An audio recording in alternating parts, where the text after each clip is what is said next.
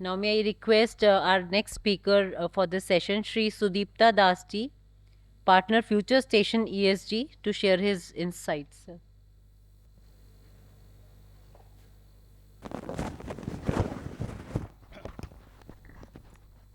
Good afternoon. So while okay, so while for the last 2 days, I mean today and yesterday, we have heard about. Sorry, give me a second. Is it on? It's on. Huh? Okay. Thank you. So we have heard about a lot of regulations, a lot of activities, a lot of changes happening in the way we work. Okay, in the way we work in the government, in the way we work in the private sector, in the way we work in the public sector. Uh, and the session is about global and local dimensions. So I thought I'll share with all of you, instead of global, maybe focus towards European dimensions, because as we all know, Europe is where essentially all these initiatives started, and they are still leading worldwide about all the initiatives. Yeah. So typically, as you know, all the initiatives in the area of ESG, or we used to call it sustainability in good old times, they used to start, and still now they start from the Scandinavian countries, and then they go south to Europe, and then all over the world. So I would like to discuss about a bit of what we see and what I have seen in the last maybe 25 or maybe 30 years of working in the area of sustainability. I'm sure many people may not have worked for 30 years in the area of sustainability, but unfortunately, that was the work that I used to do. And I've seen the way things are changing, and so I'll pick up a few of the things which we see in Europe, happening in Europe, and typically for the private sector, because I worked all my life in the private sector, even today working with the private sector, so pardon my lack of knowledge about the other sectors, about things that Indian corporates, and I'm sure a lot of you could be associated with Indian corporate sector. So maybe you might find things resonating. So just to summarize, what does ESG mean? Okay, we know about, we have heard about many regulations, we've heard about many terms, but in simple word, ESG, what it means for an organization is commitment to accountability at the highest level. So I'm talking to people who know it better than anyone else. Commitment to reduce environmental footprint, commitment to fulfill social responsibilities of business, and commitment towards strong business growth. So we have to keep one thing in mind, that sustainability or ESG definitely requires people to have, companies to have business growth. Profit is not a bad word. Profit is not a bad word. Somehow we get an idea that, okay, these companies talking about profit, so it must be bad. Let's talk only about social things, let's talk only about charity, let's talk only about CSR. Well, companies are not going to be sustainable by doing only CSR. So they have to have economic growth. So all these four broad aspects are expected to be fulfilled through ESG. Now I'm not going to discuss, I think this slide, Ekta has shown this slide, similar kind of slide. So these are covered, all of you know about it. But I would like to mention about two, three important things which are extremely important. It's not proper to prioritize anything of all these sectors, because what we are still today hearing about, and what we started doing, I mean, since last so many years, is we talk about certain words called materiality. Unfortunately, the importance of materiality is going down. Today, the stakeholders want to know everything, all of these, and maybe beyond this. So we cannot just say that, okay, in my industry, only these, 2, 3, 10 out of these so many factors are important, so others I can ignore. We cannot ignore, we have to do all these, and we have to communicate our performance to all our stakeholders in all of these aspects. We have to keep in mind that ESG is something which is a evolving contemporary topic. As we speak, things change. As Ekta mentioned, even 2 days back or 3 days back, there's a change in our country. BRSR core assurance regulation has come from SEBI. So things are changing almost every week. I do not know, as we speak, maybe something has changed. So it's a very, very evolving contemporary topic. We don't have any experts anywhere in the world. We are all learners. Somebody has been learning a little up the curve, somebody a little behind. But we are all learning because everything is changing. There's nothing that we learned 10 years back is true today. The KPIs, the key performance indicators of ESG are evolving, and the positions taken by the key players are changing. In the entire value system, the position taken by key players are changing. So when we talk about particularly the stakeholders, the investors, customers and regulators are emerging as the most important stakeholders out of the entire lot of stakeholders that we are used to talking about. We talk about a whole lot of stakeholders, but really, for all practical purpose, these three are emerging in the last 5-7 years as the most important stakeholders for any business. Now, some of these things is, it's becoming mandatory. If we are doing business, if we are working with global organizations, if we are a supply chain, we are supplying our goods and services to companies or customers in the Western world, some of these are becoming mandatory. And if it is not asked for today, it's going to be asked for tomorrow. So you better start preparing for this, all of you. That's my request. CDP, we've heard about CDP, so I won't go to discuss about CDP. But what CDP does is very importantly, CDP has also, from this year, has started sending questionnaires to all the top 1,000 companies that BRSR is covering. So if you're a part of, if you're working with any of the top 1,000 companies, top 1,000 listed companies in India, I'm sure somebody in your organization must have received a query from CDP, and you better take care of that. So CDP is actually taking data on primarily environmental data, environmental performance, not the entire ESG, on climate change, water security and forestry, and preparing information primarily for the investors, but again for others also. And if somebody is not responding to CDP, it's very prominently, the name comes up in the website. Everybody in the world sees that this company was asked to respond and they have not responded. So people make their own inferences. TCFD. TCFD is essentially in terms of how, and I'm talking to CMAs today, how the impact of climate change, the risk and opportunity of climate change is translated into your financial numbers, as simple as that. It's so important, so important. The climate risk is so important, and today, and I have one more slide to cover that, today, most companies in India today have ERMs, enterprise risk management, but hardly any company has climate risk as a part of the top 10 or top 20 risks, the risks that matter. We do not consider climate risk as a part of a business risk, which is unfortunate. Climate risk features within the top 2 risks anywhere in the world. So TCFD is actually demanding that we consider climate risk and opportunity in our risk management system, not as a separate risk, but as a part of our integral risk management system, and take appropriate action accordingly. EcoVadis. Fortunately, I have not heard the word EcoVadis since yesterday, so nobody has covered EcoVadis. Other people have covered.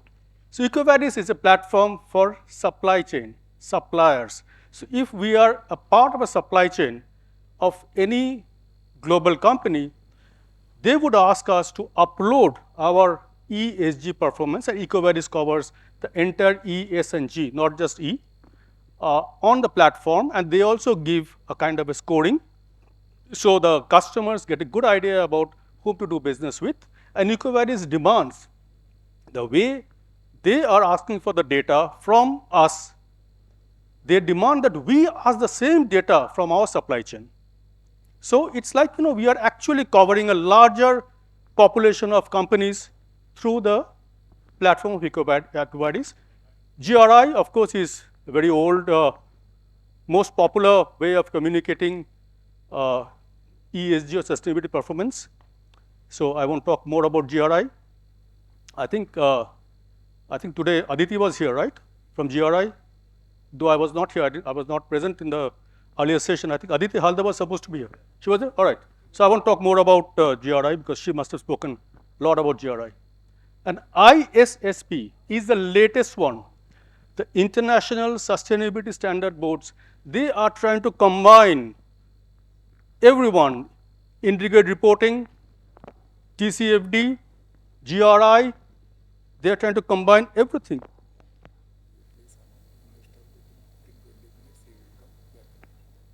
So how much time do I have? How much time do I have? 5 more minutes? Okay, no problem. So ISSB has come out with two standards, IFRS S1 and S2, which are actually just been rolled out. So these are the things that possibly, the futuristic thing is we'll possibly have to report only as per IFRS S1 and S2 all over the world and not all the others. And there's one more thing which is important, that there are certain independent ESG rating agencies. I will talk about S&P and MSCI, but there are many more. They are actually rating the companies and all the investors and customers, more and more of them, and more importantly, the analysts, they are reading the ESG rating of companies, and clearly ESG rating has an impact on the market cap. So it's an extremely important rating. Something impacting a company's market cap is, you can imagine how important it is. So ESG rating is something which has also come to India. Now, a little bit about what we see in Europe. Europe, as compared to us, the S and G factors of performance are, I would think, generally pretty well taken care of. All right. So their challenges, they are focusing more on the environmental aspects, and with the E aspect also, they are focusing on climate change, carbon management, circularity, that is waste management, and biodiversity. Biodiversity is becoming very, very important every passing day. Recent regulations which are important for all of us who are doing business with Europe is to imagine CSRD, the Compulsory Sustainability Reporting Directive in Europe. So companies have to do compulsorily, and they have to include the supply chain. So if you're a part of the supply chain of any European company, make sure and be sure, definitely a mail is going to come to you asking for your sustainability and your ESG initiatives. And if you cannot fulfill that, let me tell you a story, small story. This I heard from a client of mine. There was this company who came to Bombay, invited some of the major clients, major suppliers from India in Taj Palace, lovely meeting, lovely lunch. And post lunch, they were said, okay, these are the things that we want all of you guys to do.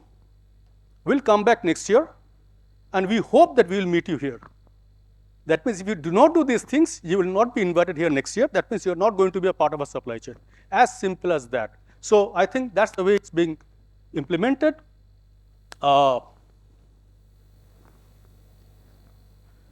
CBAM, carbon border adjustment mechanism. So essentially, companies who are supplying to Europe, typically products which are carbon intensive, GHG intensive, I mean, carbon is GHG, greenhouse gas intensive, they will have challenges in terms of an indirect taxation on that. EU deforestation initiative, deforestation free product regulation which has come. So this is going to impact products, typically agricultural products, typically, products from, like bovine animals, etc. All of these will get impacted if we are exporting to Europe. Make sure that we take care of all these initiatives.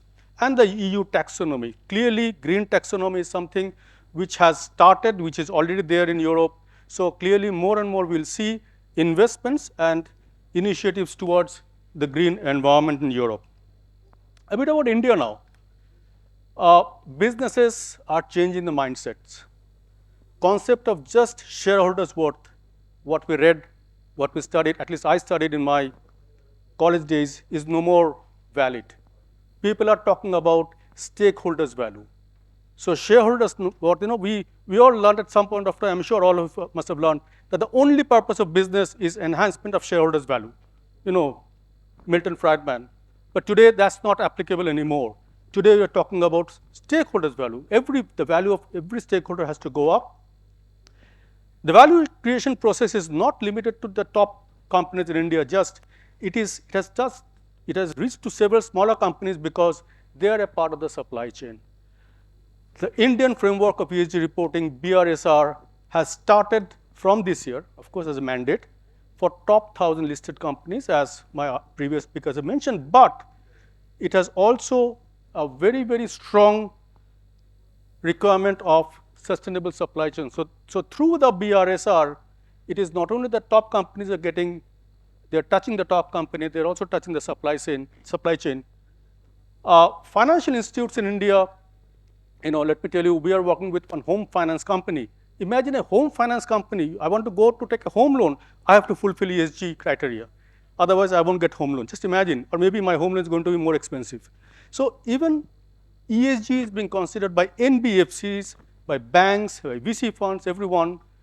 And of course, we heard about ESG mutual funds from Dr. Gupta in some time back.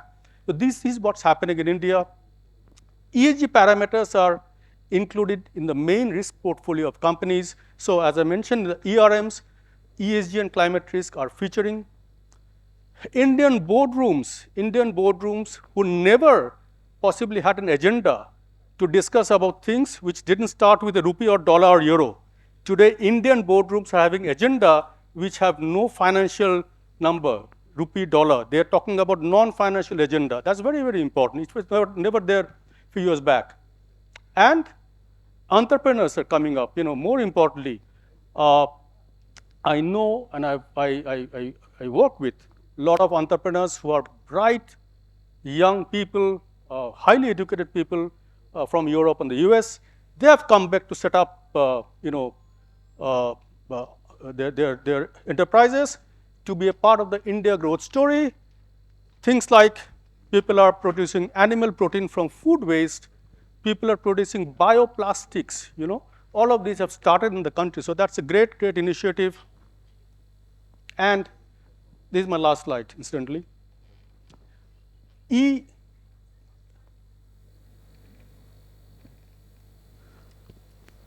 Thank you very much, sir. In fact, the ministry is coming within another 5 minutes. They are telling Delhi traffic. Okay, let us take it as 10 minutes. So we need our friends to set the dais. This thing also. It's a humble request to both of you. Sure. But you just say some concluding word, and sir, you will be always with us for all the program. So should I take 1 more minute? You can conclude. I'll just run through. 1 or 2 minutes. This is my last slide. Okay.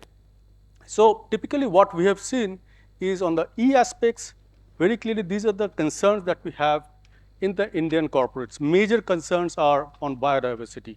Very few people are working on biodiversity, and of course others are there. Our biggest concern is S, diversity and inclusion. We just don't have. Just take out 5 companies, otherwise we don't have. I think we need to work on these. We need to work on the value chain outreach. Value chain means supply chain as well as customers. We need to have impactful CSRs. And on the G side, board independence is one aspect which is challenging, even today in most of the companies in India. So we have to keep this in mind. And of course, this is what I mentioned about, the new SEBI regulation touches all the supply chain. So it's very important that all the small companies also being touched. And I look at a bright Indian ESG future. So on this promising note, I end my discussion. Jai Hind.